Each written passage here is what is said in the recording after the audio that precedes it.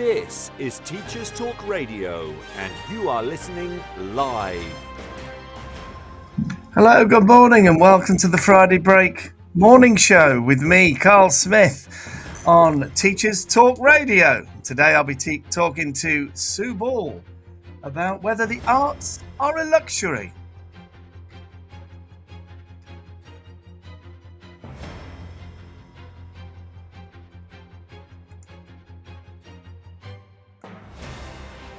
This is Teachers Talk Radio, and you are listening live. Tune in live at ttradio.org, or to join in the conversation, download the Podbean app and search Teachers Talk Radio. Follow the hashtag TTRadio. Tune in, talk it out with Teachers Talk Radio.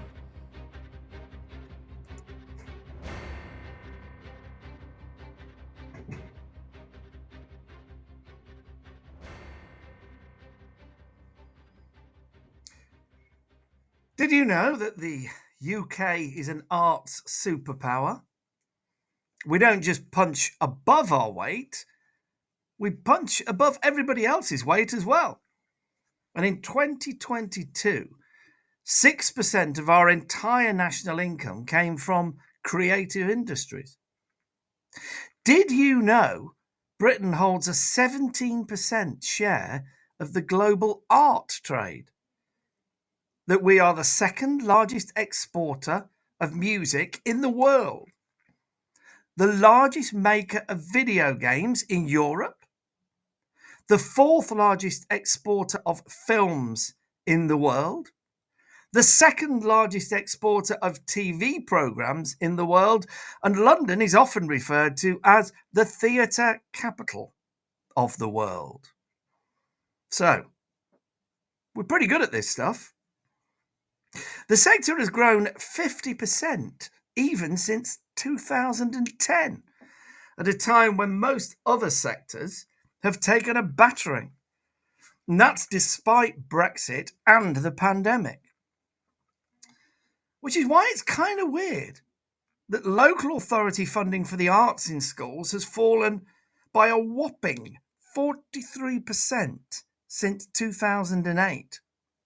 While GCSE entries in the arts subjects have plummeted by a substantial 30%. Arts education in state schools is probably at an all-time low. However, in the private sector, the reverse is true.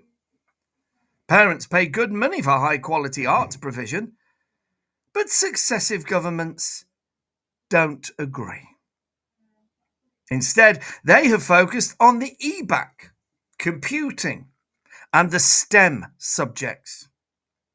Arts, meanwhile, have been firmly put in the nice but not necessary column, well down the list of priorities.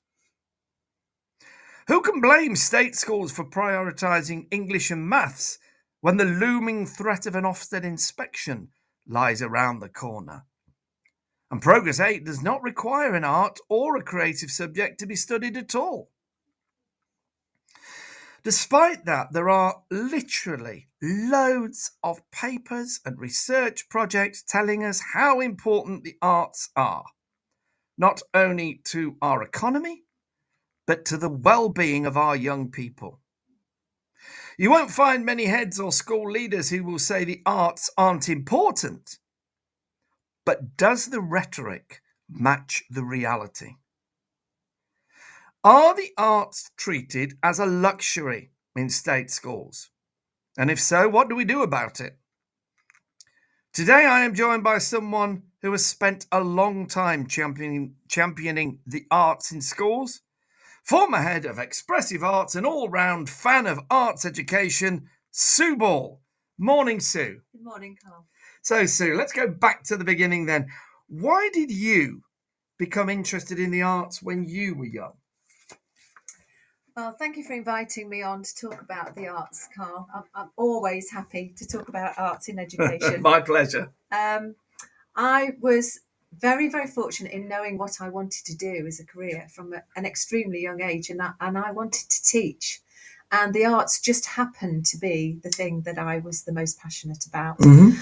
So I had supportive family background, and although there wasn't a huge amount of money to spend on arts activities, my parents were very supportive in saying, if you're interested in something, have a go. Yeah. Let's just have a go. Yeah.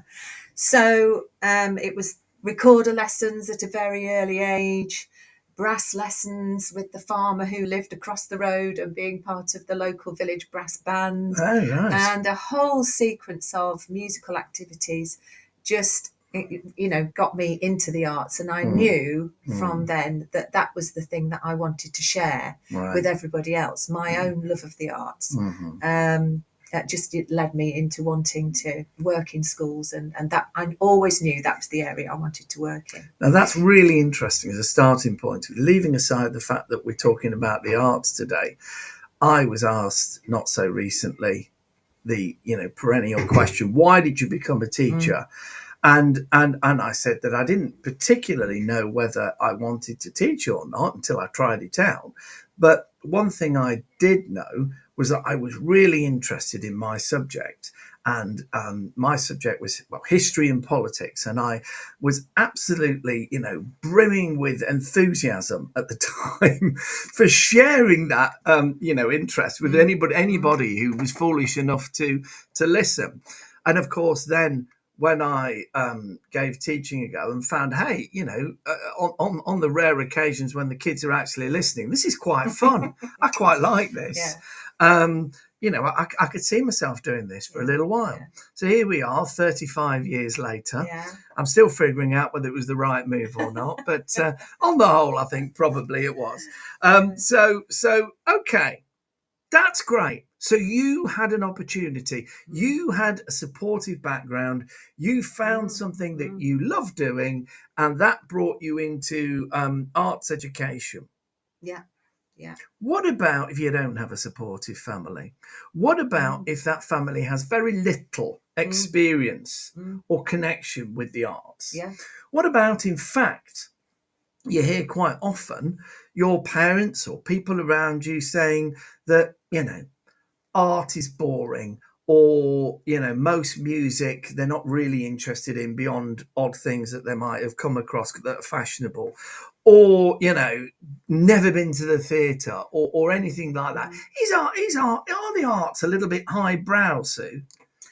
Well, absolutely not. And of course, now we're into what definitions of what are the arts, aren't we?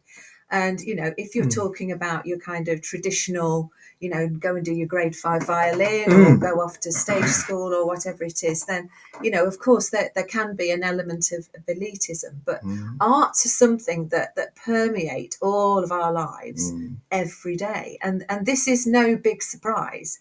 This is human beings have been engaging in arts activities since the time of the cave dwellers. We've got cave paintings, we've got stories being told to illustrate various different issues. We've got skins being stretched across gourds to make drums, in very, very early times.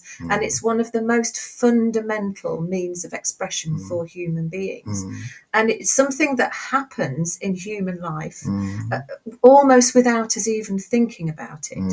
And it's so intrinsic to our lives in a variety of different ways that it almost is more bizarre that in education terms this has declined. What are we doing when fundamentally this is something that human beings need to do and need to have the opportunities to do? And your question about what if somebody says, art is boring, I remember that being one of my interview questions when I went to teacher training college. And as an 18-year-old, I had to sort of, put my thinking cap on and think, well, how do I answer this? And this is about finding ways in which students are engaged and interested. That's not exclusive to the arts. No. I could equally turn that question back on you and say, what if I said to you history's boring? Well, exactly. Sure it would be the first time you've It's all in the past. It's been said before. And it is for any subject area. And that's a whole other discussion, I think, about how artificial these subject divisions can be. Yeah. But you could say that about any subject area, and that's one of the challenges, isn't it, for any family and any educator? How do you encourage your children to be curious minds and engaged and enthusiastic about the world? And the arts are a great vehicle for that. And if we don't recognise that, we're missing a trick. No, I'm really interested in the anthropology of what you were talking about at the start there in your answer, Sue, the origin of our species and its coincidence with the development of cave art, and the fact that, I read a book, some listeners might have heard of this, Sapiens, and I don't think entirely everything in it is absolutely proven as fact, but Sapiens was, amongst other things, saying exactly this, that the key moment, almost the beginning of history as we know it, was the moment when human beings imagined things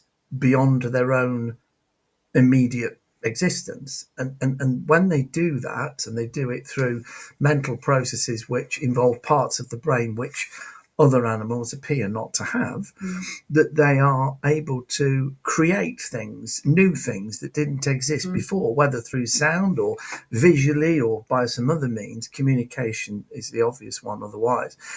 And that made it possible for humans to develop written language and therefore communicate what they were experiencing. So literally, to be human is to want to express yourself in an artistic way. Absolutely. Somehow. Yeah. That's what you're saying. Yeah, so do you think then, if somebody's in an economic situation where, as far as they're concerned, the arts are not really a thing for them, they're actually being deprived of something that they won't be fulfilled as an individual?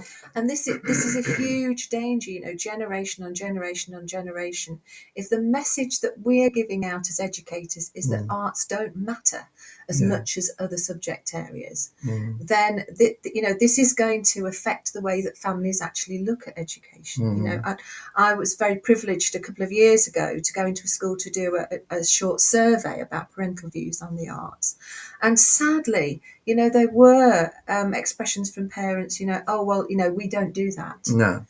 That's not something for us. No. We don't think that's very important. No. And it was very, very sad to have sort of, pushed that to one side and cut it out as an avenue of experience for their children that just wasn't ever going to be open. Yeah. But I'm very fortunate in having an 18-month-old grandson, and I'm going to do a quick shout out on the radio to Freddie. Hello, Freddie. But it's been so fascinating to watch his development from birth. Yeah. If we're talking about how...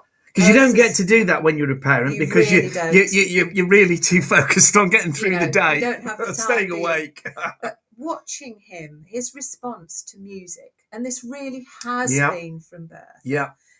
Watching him do his dad dancing, and his response to certain songs that he absolutely loves, and that unmitigated joy that you get from babies about their response. And you show them a brightly coloured book and they respond to a page with lots of orange on it. Their visual responses to the visual arts, and those little bits of theatrical activity that we're now starting to get because he's 18 months old, and we're playing peepo with him and pretending to chase him around the kitchen, and those bits of joyful expression, absolutely, they're not unique to Freddie. That you can see those in most babies, most children. Yeah. And so, there's no denying that is a very important part of human expression. It's play, but it's the most important form of play. Absolutely. I do a lot of work with adults now. In fact, I was running an adult class yesterday. I did a jelly plate printing activity yesterday. Sounds a bit messy. It was incredibly messy. Yeah. Incredibly messy and full of joy, full of lots and lots of laughter. But what we talked about during the session was, as adults, play is something that is seen as something that we don't do anymore as grown-ups. And when you give people license to play with paint and get messy and just get in there and say, we're not creating this for any purpose. We're not making this as something that has to have a practical purpose. We're just creating something where we can go, wow, look at that mix of colours on the page. And, look at those textures and look at what she's doing. Isn't that fantastic? It's those wow moments that we sadly can lose. And the arts, often give us those wow moments back. They certainly do. So, but do you think, Sue, that the sheer grinding reality of many people's lives, the constant challenge of their circumstances, mean that the last thing they want to do is play, the last thing they want to do is create, because those things are, if you like, an expression when your basic needs are met. And if your basic needs aren't met, you can't get to the stage where you can then actually start to enjoy wider self-fulfillment. So do you think there is a natural tendency for the arts to be more appealing or more expressed by people who are living in more advantaged circumstances? I would totally disagree with that. Good. Totally disagree with that. And it's always dangerous to talk in sweeping generalisations. I completely get that. But the group of people I was working with yesterday are a group of carers. Some of them live in extremely challenging circumstances, and I know that they wouldn't mind me saying that at all. No. And that making space and time for yourself is so good for your mental health, sense of worth, and your general well-being, physical well-being as well as mental well-being. That being in the company of others and producing something together is something that they see, and I know this from the comments that we got at the end of the class, they see as something so valuable to their lives, as enriching and enhancing their experience of life.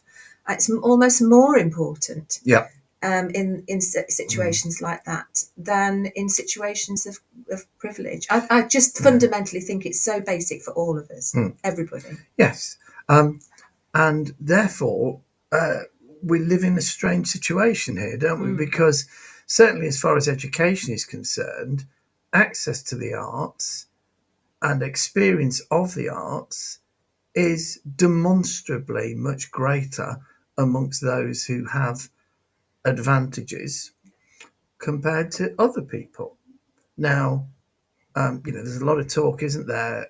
So yes, we've got all this great success in our arts, in this country, but primarily, shall we say, people from advantaged backgrounds are way overrepresented in all those arts to one extent or another than other people. So have we got our priorities the wrong way around? And this is why arts in state schools are so important in partly redressing that balance. If we're going to talk about levelling up. Well, why not? If those hesitate to use that term, but you know where I'm coming from. This, if this is not going on at home for one reason or another, then it's absolutely crucial that it's going on at school. And schools, for decades have had a much wider role to play than just simply delivering knowledge in a chalk and talk way. Absolutely. We all know that the role of teachers now is multifaceted, and it has been for a very, very long time. We should be and still are talking about the education of the whole child. And I know that was a very overused term. It becomes politicised, doesn't it? Of course it does. But we do have a responsibility there. And if we are really genuinely thinking about the whole child, just look at the focus in schools that there is now, especially since the pandemic, upon mental health and well-being. The arts has a key role to play there. And if we're going to be looking at sorting out some of those inequalities, and of course we can't do a complete job on that, but arts in state schools has to be rich, has to be there, has to be properly represented in terms of time on the curriculum and the value placed upon it amongst arts educators and school leaders in general. It has to be there in order to do some of that levelling up. Now, that is inspirational stuff and a really good opportunity for us to take a break. So, we're going to have a word from our sponsors and catch up with the latest education news. And then we'll come back, Sue, and find out how we're going to put it all right. Okay. This show is brought to you in partnership with John Catt Educational, publishers of professional development books and resources that support great teaching and learning in schools around the world. Don't miss out. Level up your professional development today and visit johncattbookshop.com to explore the full range of titles. Use the code JCTTR2425 for 20% off your order. Happy reading. Meet USA Study, your one-stop platform for guiding students through their college application journey. Access up-to-date resources on universities, programs, scholarships, and application requirements, all in one place. Get easy-to-access tools, personalised timelines, expert tips, application templates, and exclusive webinars with admissions officers to help your student stand out. Visit usastudy.co.uk or call Phil at 0800 612 8271 because every student deserves the opportunity to shine with USA Study. Hey education changemakers, ready for something special? It's Bet Show's 40th anniversary and we're throwing a free celebration just for you. Join us at London Excel from January 22nd to 24th to connect, learn and be inspired. Picture this, 300 plus speakers who truly get it, 600 cutting-edge edtech companies, and all the fresh ideas you need to make 2025 your best year yet. So why wait? Head to uk.betshow.com, grab your free ticket and come celebrate with your peers. Because this is for you. See you at Bet. This is Teachers Talk Radio, and this is Teachers Talk Radio News.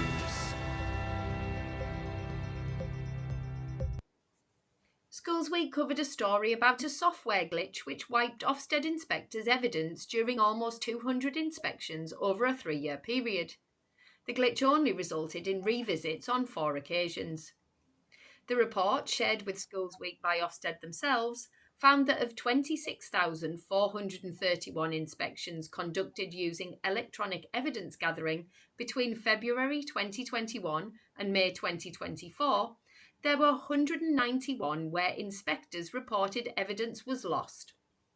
Whilst Ofsted say that 4 incidents resulted in inspectors returning to gather extra evidence, it was confident that the judgment is secure in the other 187 cases.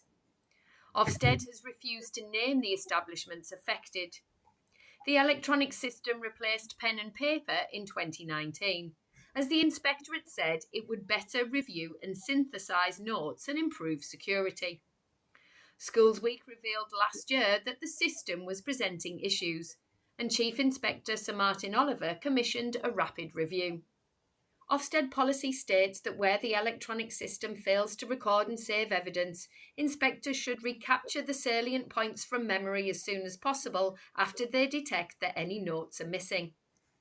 The review found that in 182 of the 191 cases, the inspectors affected had followed this policy. In the 5 cases where this was not done, other notes recorded by the inspector or colleagues in the inspection team supported the judgment. Critics, however, have told Schools Week that this isn't good enough.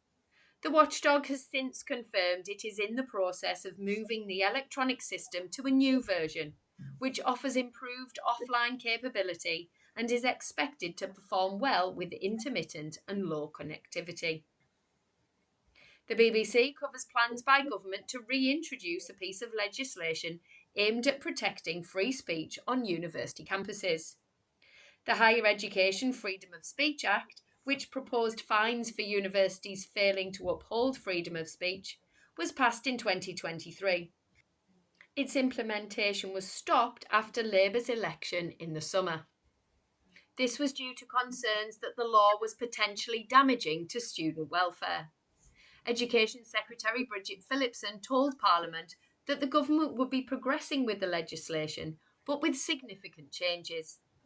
Phillipson said academic freedom was much more important than the wishes of some students not to be offended.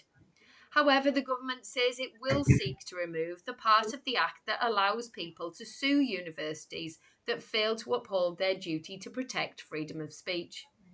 The National Union of Students welcomed the announcement, saying the threat of complex legal responsibilities was no longer hanging over them. Further comments can be found on the BBC website. The Guardian features a story about curriculum changes proposed in Italy. Bible reading, Latin learning, and learning poetry off by heart could all return to primary and middle schools as part of a revamp, but this has been criticised as retrograde and nostalgic. Education Minister Giuseppe Valditara gave an interview to an Italian newspaper, Il Giornale, saying that children must discover a love of reading and learn to write better. Another member of the Education Department told a news agency that Christianity's sacred text would be present in some form. According to reports in the Italian press, reading lists could also include books by a variety of 19th and 20th century Italian poets and writers, although space would be made for other writers from across the globe. Political opponents have criticised the proposals as supporting right-wing ideology and confusing authoritarianism with authority. Students have also protested against the proposals, calling them repressive. Finally, pupils at a school in Solihull are being offered the chance to not have homework for 2 weeks, but only if they use their smartphones less and read a book instead.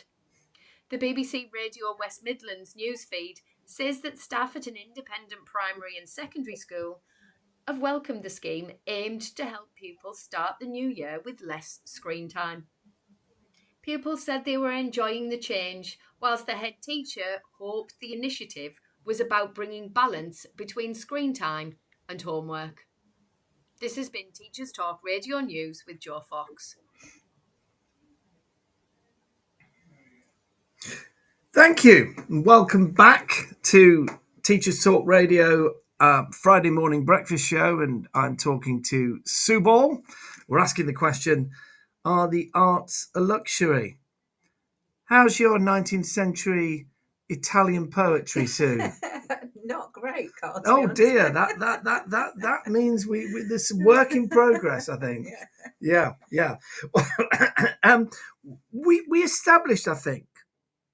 I certainly think you made a very good case for saying that being creative and having experience and access to the arts is really fundamental to being human and to being a human that feels, fulfilled and is able to express themselves. But what, in cold hard terms, are the benefits of arts education to young people, society, and the wider economy? So let's put our politicians' hat on for a minute. Why spend money on the arts and in education and not spend it on something else? It's an easy trap to fall into, isn't it, to think of this in terms of either or. Yeah. And this is where I do have some quibble with these sort of artificial divisions on subject areas that we've put in place. For example, where would we be without very creative physicists? Where would we be without creative mathematicians, creative people who work in the medical area? One of the most valued and valuable aspects of being a human being at the cutting edge of any of your sort of subject areas, if you like, is that of being innovative. And you can't be innovative without being creative. And, creativity is a process. It's not an event, as Ken Robinson would say. Right, and he was quite right in that it's being creative is about taking risks. It's about making mistakes. It's about learning that, failure, if you like, is something to be celebrated because it teaches you about having another go. And that creative thinking aspect to education is so important. We wouldn't be at the cutting edge of lots of different areas if we didn't have creative thinkers.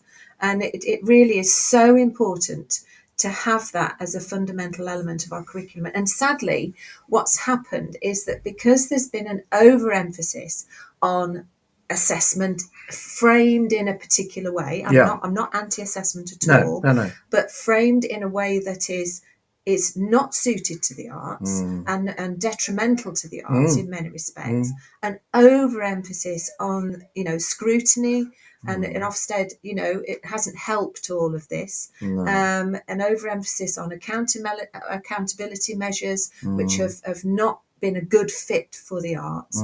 And, all of that has unfortunately squashed a lot of the the really high level, really innovative, creative thinking that would have, kept a lot of subject areas, not just the arts, right at the cutting edge. So I'm starting to ramble now, but I think no, I'm just thinking about what you're saying. Yeah, it is dangerous to think of this as an either or, definitely. Yeah, it certainly is. However, we've only got the time we've got in the curriculum. We have 30 hours or whatever it is, give or take. So something's got to come out if the arts are going to go in. You see, I actually think that's the wrong question. Okay. I think it is a case of balance. And yeah, for sure, there are only so many hours in a day. But it's the way in which we use those hours and not necessarily pitting subjects against each other and saying you're more important than you are, therefore we are going to give you more curriculum time. And I know school leaders have had to battle with this, and there've been some incredibly difficult choices to make, and I recognise that. I'm not being naive about the pressures that school leaders are under from external agencies who fundamentally have got it wrong, in my opinion. And they force school leaders into reducing curriculum time for the arts. And the other side of this, if I can just digress for a minute, please go is that if you look at, I think there are some parallels with sport here. If you look at the way that some people view sport and the arts and say, oh, well, you don't need the curriculum time because you can do it after school. They do, and you get a lot of that. We can put on an extracurricular activity for you, and so why do we need that curriculum time? But fundamentally, then you're coming back to the question of access, aren't you? You are. Which is what we talked about before the break. That equality of opportunity, that equity of opportunity is so important. And not every child is going to want to be in a football team or play in a school orchestra. It's about making sure that we maximise opportunities so that everybody can say, I want to have a go at that. And I would be surprised if there were people who fundamentally, when everything else is equal, didn't have some kind of physical activity or some kind of creative activity they could find that suits them, that they enjoy, whatever that might be. Okay. So it's interesting, though, isn't it, that as adults, we recognise the value of those kinds of activities to our well-being as a person. But isn't it equally important for young people to have those opportunities now? We shouldn't be waiting until we're adults to address those things. It's important to give those opportunities now. And if you'll forgive me, Carl, you asked me what were the benefits of arts education before I went off and digressed a bit. I mean, obviously, we're talking about, the ways in which it stimulates your general intellect. And we talked about innovation being a much valued skill in industry. It's been proven to exercise and develop parts of your brain responsible for memory and concentration. We're talking about developing neuroplasticity, making those different connections with things and seeing multiple different ways of addressing a problem. We're also talking about reducing stress levels, promoting relaxation, making us more happy and healthy human beings. We're talking about enhancing motor skills. If you look at the arts, and I always like to talk about the arts in the very broadest definition. Absolutely. Improving those motor skills and improving strength and control and coordination, improving emotional balance. If you go into a drama lesson and see the way young people can experience, let's say, conflict, experience an argument with somebody in a safe space through role play, through taking on a different character, you know, those ways of thinking about the world through an emotional lens. You can experience that through the arts. You can. We are talking about also variety of the school day. You know, I don't think it's a good thing for young people to be tied behind a desk all day. No. And for it to be so totally knowledge focused that skills get put to one side. And this is where I have a big beef with recent educational thinking. You know, if we're talking about what's come from the government, for example, I think skills, practical skills, are hugely undervalued by us. And I think that's very, very dangerous. You know, practical skills are so important. And, you know, if you talk about, you know, the value that we place upon practical skills in our day-to-day lives, you know, where would we be without the plumber who couldn't exercise some creative thinking about where our leak is coming from? Absolutely. You know, and yet in a school context, those skills are very, very much undervalued. Yeah. I think it's also important to think about how arts activities can have a positive influence on behaviour. Now, behaviour has been a huge hot topic, especially since the pandemic. You know, and those arts activities, you know, if you look at the impact that can have in young offenders institutions, for example, and look at all the research that's been done about employability as a result of taking part in arts activities while they're in there, you know, that there's very, very, very strong evidence that taking part in those activities has a positive influence on behaviour. It's so multifaceted. Okay, but can you actually teach creativity? Surely creativity, you either are or you're not. You've either got it or you haven't. No, I would say absolutely not. Okay. Absolutely not. And I can't count the number of times I've had this discussion with parents at parents' evenings. Yeah, I bet. Will, you know, sit in front of me and say, oh, well, you know, Charlotte's not very good at music, so we won't worry about that. No, it's not her thing. No. It's about creating a culture of exploration, isn't it? That's what's fundamental to creativity. You know, then that isn't just one answer to this task or problem that you might be set, you know, if looking at a lesson context, that it's okay to think about lots of different solutions to this, whatever it might be. And that's, you know, and if you're talking about teaching creativity, I then come back to what are we talking about when we're talking about teaching? Because I think we're not just, or we shouldn't be, in 2025 talking about teaching as imparting knowledge. No. Talking about enabling, talking about facilitating, talking about mentoring, talking about asking the right questions, asking open-ended questions of students. Okay, let's have a look at this together. How are you going to approach this? How are you going to think about solving this? And that's applicable to any subject right across the curriculum. But there is knowledge involved, isn't there? Yeah. I'm not saying there isn't a place for knowledge.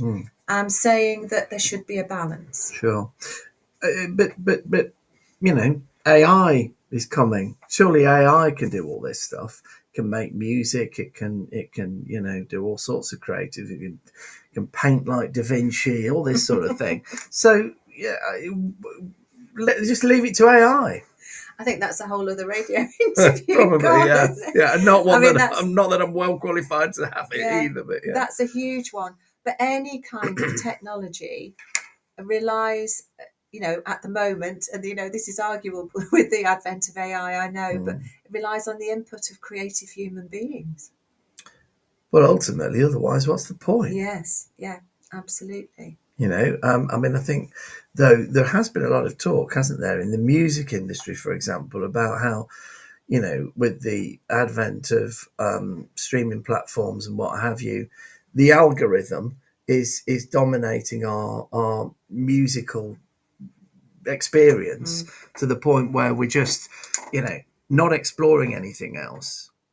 Because we're just now encouraged to get more of what we have obviously liked. Yeah, well, I mean, one of the great things about human achievement is that, you know, that there have been certain landmark events in the arts, haven't there? You know, and I would refer to things like Stravinsky's Rite of Spring, where people threw things at the stage because they were so outraged. Yeah. You know, I'd refer to things like punk, things like protest, and there have been all sorts of avant-garde moments where people have been challenged by the arts. You know, Tracy Emin's Unmade Bed, and all of those events where people have been shocked or disgusted and horrified or whatever it might have been. But what that's actually done is prompted us as societies into rethinking, reframing. You know, nobody would watch Diaghilev's choreography of the Rite of Spring nowadays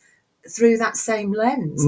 They wouldn't be horrified. Those have been key moments where, and it's been human beings who've taken those left turns at the junction, said, no, we're going to ignore the establishment or the reworking of old ideas, which is the risk with the streaming thing that you were talking about. Right.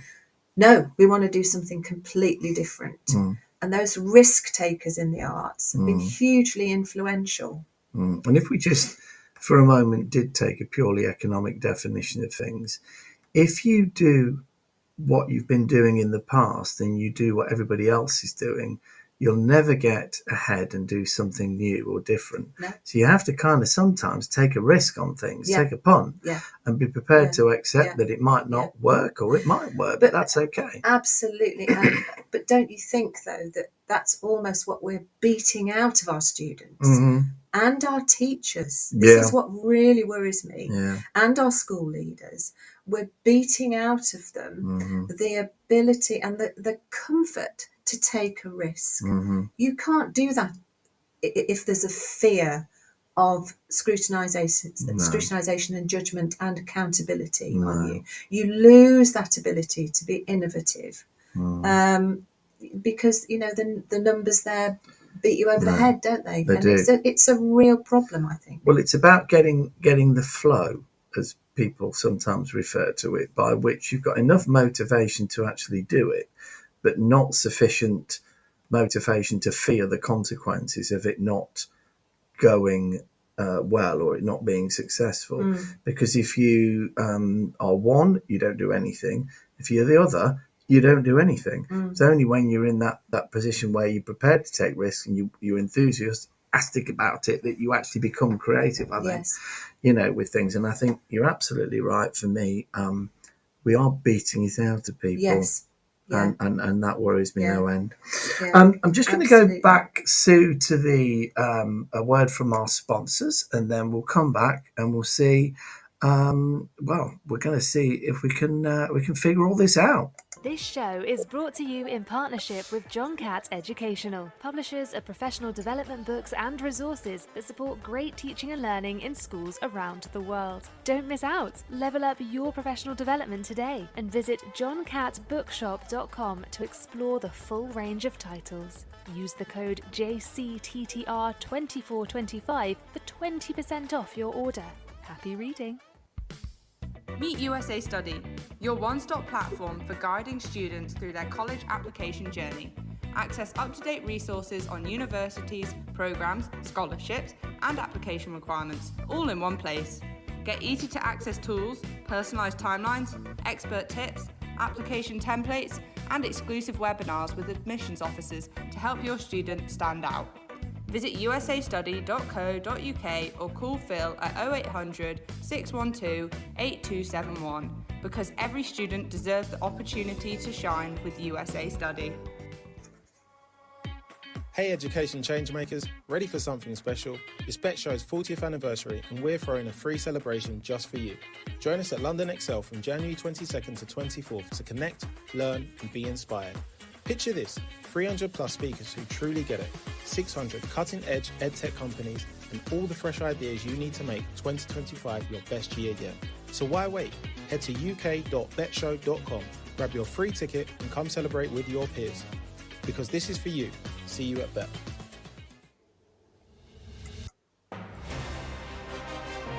This is Teachers Talk Radio, and you are listening live. Okay, and welcome back to Teachers Talk Radio and to Sue Ball, who's been telling us all about why the arts should not be a luxury in our schools, particularly our state schools, as we think they might have had a tendency to be of late. So, Sue, is that the fault of the last government? That's Thought I'd come in with a zinger. That's a very, very provocative question. Without wanting to get too political, I think that successive governments have had the very laudable aim of driving up standards, and we all want that. Let's be clear, we all want high quality education for our children. Of course we do. Of course we do. But the way in which this has been done has unfortunately, in my view, had completely the reverse effect. Yeah. For some of the reasons that we were talking about before the break. And I do think it would be helpful and healthy to have a return to some really fundamental questions about education. What do we want from our schooling, our state schooling system, for our young people? What do we want? And, if we revisit some of the points you made in your introduction, Carl, right at the very, very start, some of the things that are so good about UK arts are things, we have been global influencers. If you have a look at the UK's contribution to the arts, we've had high quality training institutions, really top quality, which are rooted in history. And an interesting question that I asked myself when I was thinking about this interview was, if we could go back centuries and do this all over again, with our current values on arts in education, would we still have the Royal Academy, the conservatoires? Would we have those extremely highly valued institutions if we did it with today's values on the arts? And that's really disturbing, actually, when you think about the possible answer to that. Because, of course, when those institutions were put together, they were so incredibly highly valued. Nobody questioned their place. No. Nobody questioned putting together those great buildings and having the very, very highest quality world-class artists coming to work there. And, of course, the dribble-down effect of that into education was absolutely fundamental to where we are now. And we benefit hugely from that legacy. So why are we in this country so successful in the arts, given that we've just spent the last 40 minutes explaining why our education system doesn't seem to be very good at teaching the arts? And of course, some of those creative people have bucked the trend, haven't they? Yeah. You look at some artists, right across all of the arts. They've been innovative and creative despite the arts education that they've had instead of because of, and that makes me, very, very sad. But why did that happen here? Why aren't people in some other parts of the world that seem not to have such a big arts industry, why are they not having people who are, bucking the trend? What is it about the situation we have in this country? I mean, we do have a history, of course, of celebrating eccentrics, don't we? We do, yes. Which is great for the arts. Yeah. We've got a deep appreciation of the arts in this country, I think. And we've also got a very entrepreneurial spirit as well. And, the ability now of musicians to produce music and be very successful from their bedrooms, some of the technology has helped us there. But we do, going back in history, we've got a very, very long standing reputation for people who are not afraid to be different. No. And isn't that a healthy way to think about our young people in our schools? That we don't, jam everybody into the same definitions, but we celebrate the fact that young people can have the freedom to be different. And the arts are so important in facilitating that way of thinking about. But there you go again, Sue. You're going down this wokerati agenda. We're all it's peace and love. We're going to create all these wonderful things, and it doesn't matter about money, does it really? Because we've got all of this and that sort of thing. Is that not what the last government was trying to fight against, because they felt that there was too much of that and not enough thinking about the really important things that make a difference to people's lives day in, day out. The really important things that make a difference to people's lives day in, day out. You see, that I would absolutely take apart. Because in the first third of our programme, Carl, we talked about how fundamentally important the arts are. So, and that's why we need to revisit some of those fundamental questions about education, don't we? Because what is it that we value? What is it that we think is important? And that, that's why we've got to go back to some of those questions. So what are we going to do? What needs to happen? If you were Secretary of State for Education, what would you do that would make it possible for the arts to flourish in schools? Yeah. And I think at this point it's really important for me to credit Pauline Tambling and Sally Bacon with their paper, The Arts in Schools, Foundations for the Future, which was written a few years ago now, but still has some really salient points to make, I think, on the way forward. Where do we go from here? And it's not going to be easy. There's a lot of unpicking here to do, but I want to credit them because some of the points I'm going to make now within the next few minutes are inspired by and taken from their paper. And the first one is exactly what I just said. We do need to consider what is the purpose of schooling in the current context. And the world is changing super fast. It's been influenced a lot by the global pandemic, and we do need to revisit some of those fundamental principles about what is schooling here for? What is it all about?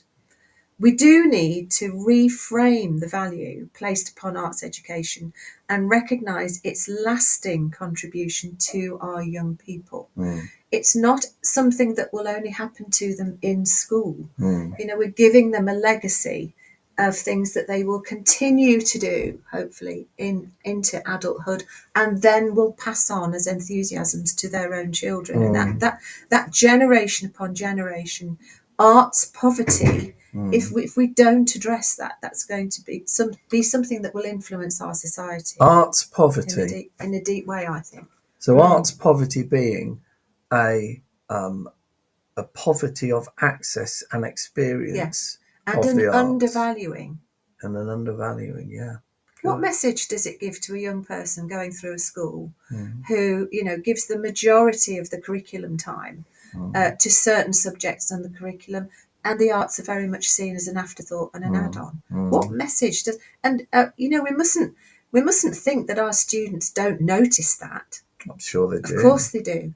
And that underlying message of this subject isn't as important as this. I do believe that that's very dangerous. So that's the third point, really. We do need to reframe what should be the statutory areas. And of course, that's going to come from government to ensure breadth and balance. And that you can say that in a very glib way, can't you? Yeah. But it is fundamentally important. Giving parity and entitlement to the arts on the curriculum, and not just as extracurricular add-ons, as for everyone. An entitlement for everyone. I do think assessment is important. That's got to be re-examined. We've got to assess art subjects in ways in which they are meaningful and relevant. And just to give you an example, the percentage of written assessment now in GCSE drama, depending on which board you take, is between 60 and 70% of the overall assessment. Is that a really balanced way to be assessing? 3/4 of the assessment of what people form can do in drama is based upon what they write about what they do, not what they actually do. Not actually doing it. Surely something's gone fundamentally wrong there. It's like having a driving test, but making 3/4 of it the theory. Precisely. Yeah. And you could apply that to lots of other things as well. I think there has to be a listening that goes on, because I'm not the only teacher of the arts who is saying this. And I don't think there has been enough listening that's gone on to students and arts teaching staff about what the arts can offer and to really get properly involved in that conversation.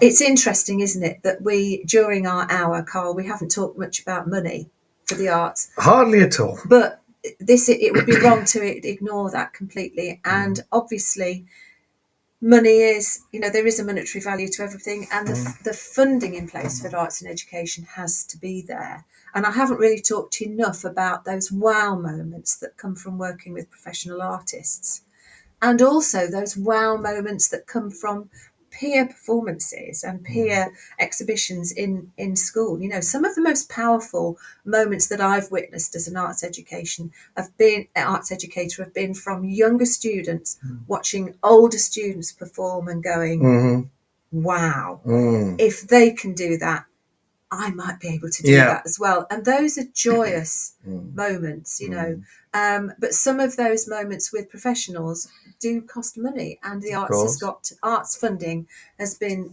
severely diminished over the years, and that has to be addressed. Yeah. And another element of that, of course, is support for teachers. Teachers need sufficient training, sufficient time and on the curriculum, and sufficient support to teach that curriculum well. Another aspect of it is using the arts as a vehicle to connect schools with their communities. Yeah. I've always been a fan of the old school community college idea, where the school is a hub for their local communities, making really meaningful connections between students and their local communities. And of course, the arts are a great vehicle for doing that. Really are. Well, I mean, it makes a lot of sense, because you are using facilities in a number of different ways, rather than just for one specialist purpose, which is fine for that purpose, but doesn't, maximize the effect of it. Why not use it for lots of other things? Absolutely. A key to this question is we've got to review this relentless, high-stake accountability pressure upon school leaders, because until we do that, much of this lovely thinking that we've been exploring today just is never going to happen. And there was a speech this week, and it was no doubt given with a very careful eye on the media and the way it might come across to certain sections of voters, shall we say, that yes, there will be change in the accountability system, but it's still going to be a high stakes system, and it should be a high stakes system.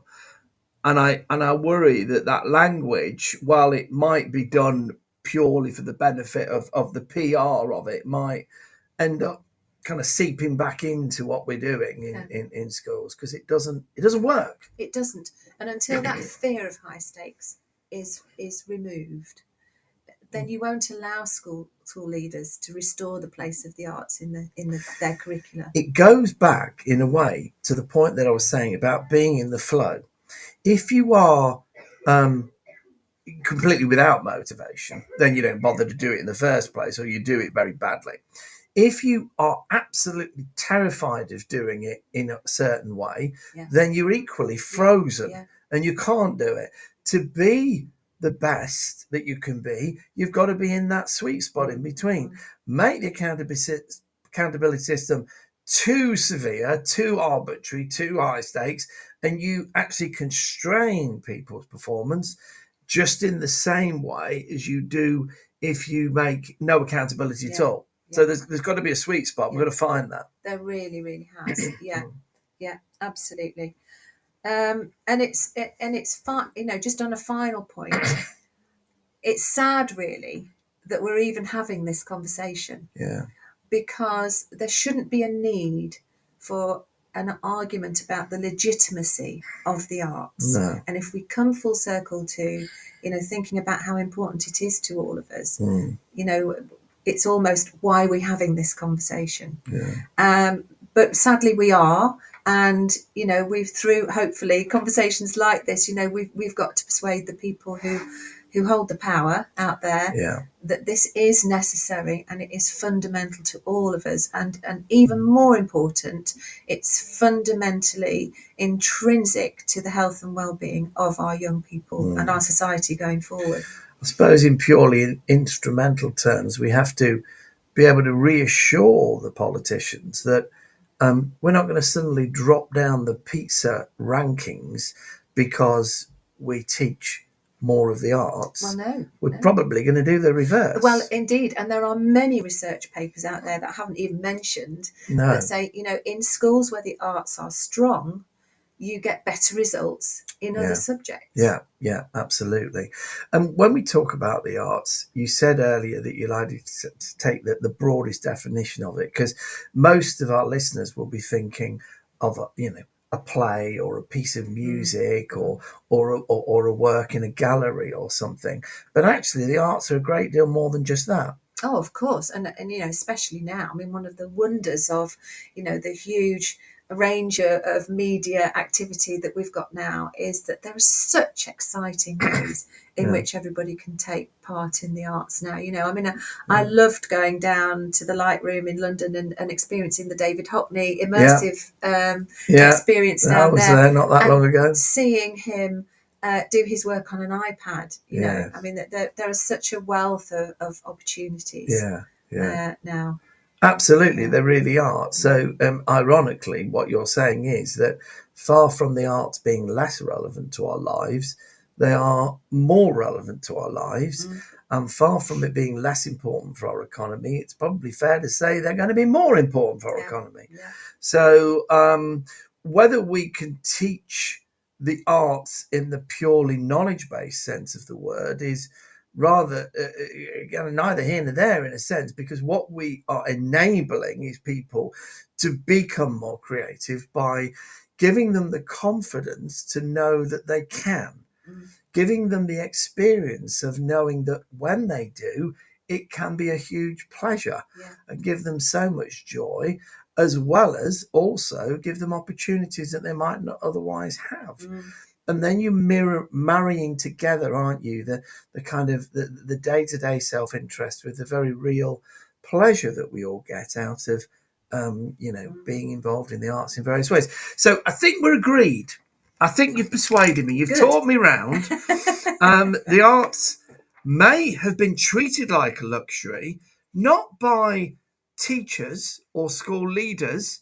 They have just reacted to the environment that they've been given.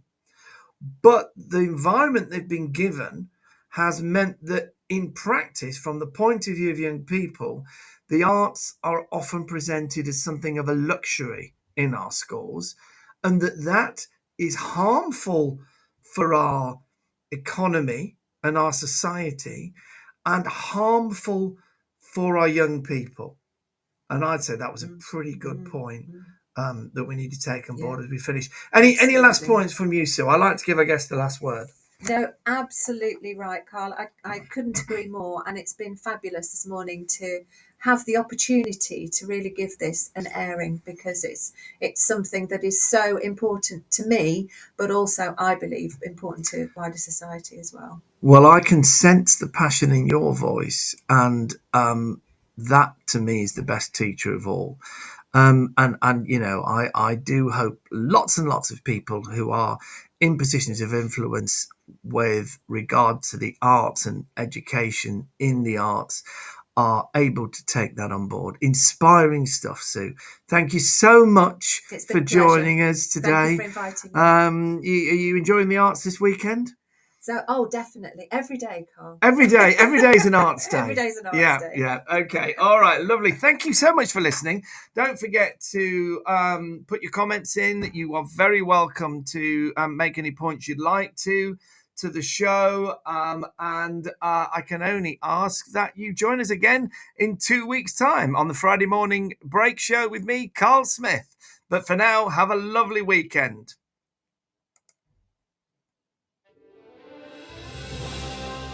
You've been listening to Teachers Talk Radio. Tune in live and listen back at ttradio.org. We look forward to hearing from you next time on Teachers Talk Radio.